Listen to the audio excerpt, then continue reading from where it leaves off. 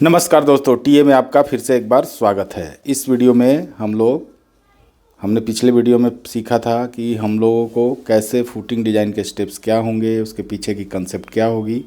इस वीडियो में हम लोग जो है इसके डिटेल चर्चा करते हैं धीरे धीरे स्टेप्स में। तो इस वीडियो में हम लोग नंबर्स के हिसाब से मतलब एक रियल प्रॉब्लम को सॉल्व करेंगे और देखेंगे कि फुटिंग की साइज़ कैसे निकाला जाता है। तो इस वीडियो में हम लोग फुटिंग की साइज़ निकालना सीखेंगे। फिर आगे इसके जो भी स्टेप्स होंगे, ओवर टर्निंग, स्लाइडिंग में चेक कैसे करते हैं, फिर हम लोग उसके बाद हम लोग देखेंगे कि थिकनेस कैसे निकाला जाता है, फिर उसकी रेनफोर्समेंट हम लोग कैसे डिसाइड करते हैं। तो चलिए एक एक करके हम लोग आगे बढ़ते हैं। तो देखिए, एक प्रॉब्लम है। प्रॉब्लम ये है कि an isolated footing is required to support a column in a building. एक बिल्डिंग के कॉलम को एक आइसोलेटेड फुटिंग की ज़रूरत है जो उसको सपोर्ट कर सके। The column transmits A vertical load of 600 kilo Newton. तो ये ध्यान देने वाली बात है कि यहाँ पे 600 किलो न्यूटन का हमारे पास कॉलम पे लोड आ रहा है। And a bending moment 50 kilo newton metre to the foundations. The site has soil with an allowable bearing capacity 200 kilo newton per metre square. तो ये प्रॉब्लम है।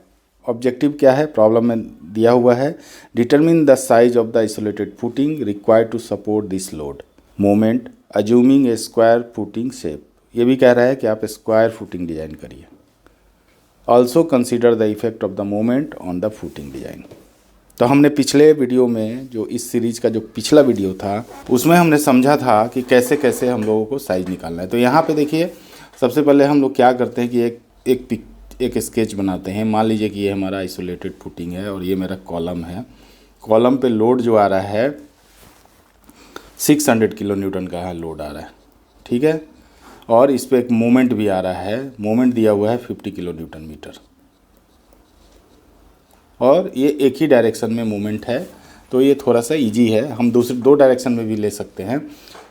और एसबीसी भी दिया हुआ है, सॉइल बेयरिंग कैपेसिटी जो दिया हुआ है वो है 200 kilo newton per metre square. अब देखिए, सबसे पहले हम लोग क्या करते थे कि हम लोग जो भी लोड आ रहा है उसको एसबीसी से निकालते थे। तो एरिया हो जाएगा, फुटिंग का एरिया कितना होगा, एरिया जो होता है वो लोड कितना है 600 kilo Newton divided by SBC है ना। एसबीसी है 200 यानी 3 मीटर स्क्वायर।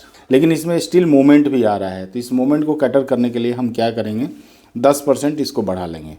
एरिया क्या हो जाएगा, रिवाइज एरिया 3 इंटू 10% बढ़ाएंगे तो 1.1 से गुना कर देते हैं, तो ये आ जाएगा 3.3 मीटर स्क्वायर। ओके, अब हम लोग क्या करते हैं कि square footing assume, square footing, अगर ये स्क्वायर फुटिंग है और फुटिंग का एक भुजा स्क्वायर फुटिंग ऑफ साइज ए, ठीक है। तो अगर एक स्क्वायर फुटिंग है, मान लीजिए ये स्क्वायर फुटिंग है, इसका साइज ए है और इसका ए है, तो एरिया कितना हो जाएगा A square, this is equal to 3.3 metre square.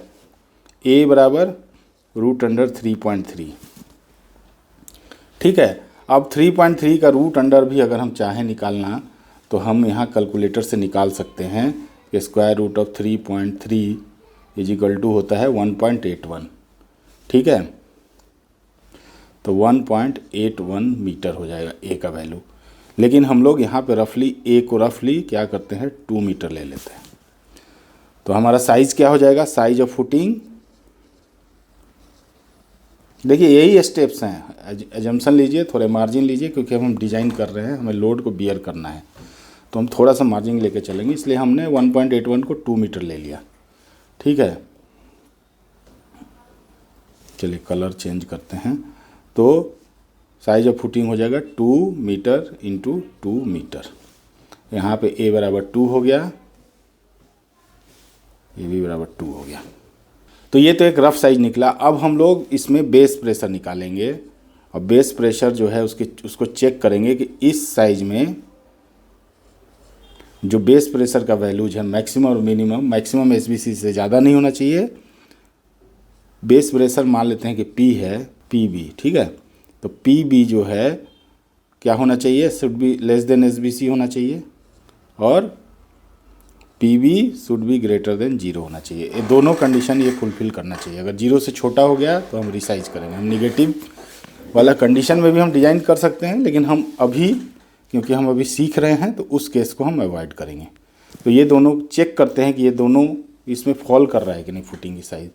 ठीक है, तो बेस प्रेशर का क्या फॉर्मूला होता है? Base pressure at base is equal to P जब आई load P by A plus, और ये होता है मैक्सिमम का। तो मैक्सिमम हम पहले निकाल रहे हैं, P by A M by Z. ठीक है, अब यहाँ पे मैं आपको बता दूं कि जेड बराबर होता है आई बाई वाई। इस केस में ये स्क्वायर फुटिंग है। ठीक है, दिस डिस्टेंस इज यहाँ से यहाँ तक का हाफ, मैंने सेंटर जिस एक्सिस के अबाउट मैं रोटेशन ले रहा हूँ उससे जो एक्सट्रीम फार्टेस्ट फाइबर है, दूर सबसे दूर वाला फाइबर है, उसकी डिस्टेंस, दिस इज वाई। ठीक है, और चूंकि ये स्क्वायर है, इसको मान लेते हैं बी और इसको मान लेते हैं डी, टोटल यहाँ से यहाँ तक डी। ठीक है, अगर ये है तो इसका आई बराबर क्या होता है? आई बराबर होता है बी डी क्यू बाई 12। ये आई का फॉर्मूला होता है। ठीक है, तो अभी हम आगे बढ़ते हैं, इसमें हम दूसरे पेज में पहुंचेंगे। तो अब हमारा यहाँ पे अगर हम लिखें तो जेड बराबर होता है आई बटा वाई। आई हो गया बी डी क्यू बाई 12 और वाई के जगह पे हो जाएगा बी बाई 2। वाई हाफ है ना डी का, तो डी बाई 2। ठीक है, 2 से 2 यहाँ 6 हो गया और ये डी से डी कट के 2 हो गया, तो ये हो जाएगा बी डी स्क्वायर बाई 6। और यहाँ पे बी और डी दोनों ए के बराबर हैं, इसलिए ए क्यू बाई 6 हो जाएगा। और ए कितना है? ए है 2, तो 2 का क्यू डिवाइड बाई 6, यानी 2 दूनी 4 दूनी 8 बटा 6। ठीक है, तो 8 बटा 6 यहाँ पे अभी हम लोग लेके चलेंगे। तो अब हम लोग यहाँ पे लिखते हैं कि बेस प्रेशर कितना हो जाएगा? पी कितना था? 600 किलो न्यूटन, 600 किलो न्यूटन था पी लोड। ठीक है, तो यहाँ पे हम लोग लिखते हैं 600 kilo Newton divided by area. Area हो गया 2 गुना 2 और प्लस एम कितना है? 50 किलो न्यूटन मीटर। और जेड कितना हो गया? 8 डिवाइड बाई 6। चलिए अब इसको गुना कर देते हैं, एक बार लिख लेते हैं साफ साफ। 600 बटा 4 और प्लस 6 ऊपर चल जाएगा, तब 50 गुना 6 बटा 8।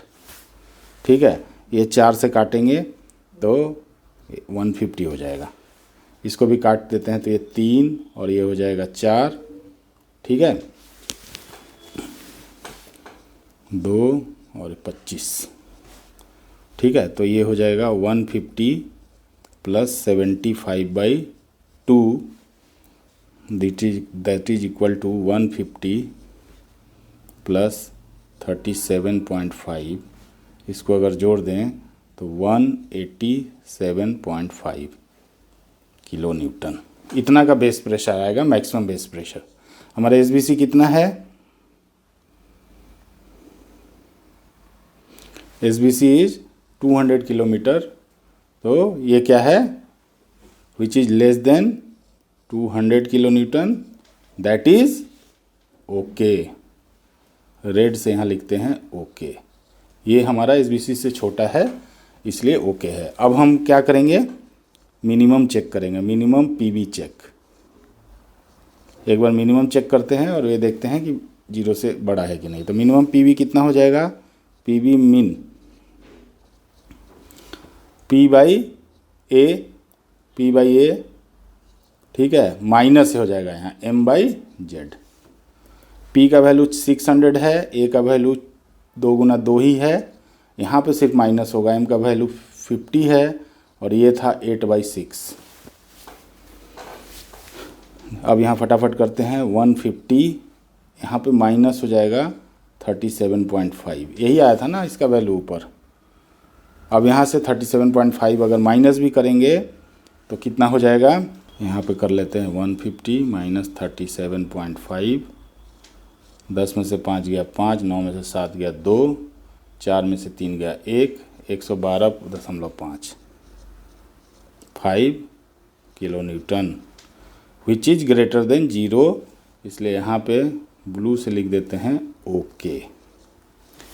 तो हमारा ये दोनों केस में ये फुलफिल कर रहा है और काफ़ी मार्जिन है। देखिए निगेटिव में भी काफ़ी मार्जिन है, पॉजिटिव में जो है थोड़ा कम मार्जिन है, बट ये पास है, फेल नहीं है। तो यहाँ पे लिखेंगे as per above calculation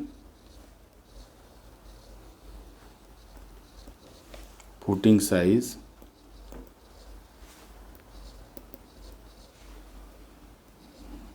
may be adopted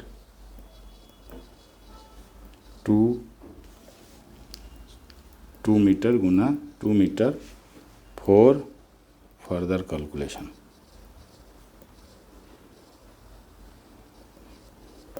अब यहाँ से देखिए, हो सकता है कि ये साइज जो हमारा आया, ये साइज अभी जो आया है, हो सकता है कि ये सही हो सकता है कि ये बाद में चेंज भी हो जाए और हम जो कैलकुलेशन करेंगे उसके हिसाब से।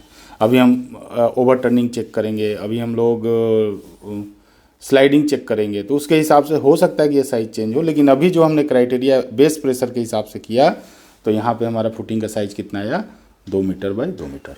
तो इस वीडियो में इतना ही। अब अगले वीडियो में हम लोग इसके आगे के स्टेप्स देखेंगे, समझेंगे। वीडियो के साथ बने रहिए। अगर आपको ये मज़ा आ रहा है, समझ में आ रहा है, तो वीडियो को लाइक कर दीजिएगा, सब्सक्राइब भी करिएगा और अपने कुछ फ्रेंड्स को शेयर करिए। उससे क्या होगा कि थोड़ा मुझे भी मज़ा आएगा। लाइक करिए, सब्सक्राइब करिए एंड शेयर करिए। वीडियो को पूरा देखने के लिए बहुत बहुत धन्यवाद। मिलते हैं नेक्स्ट वीडियो में। Thank you.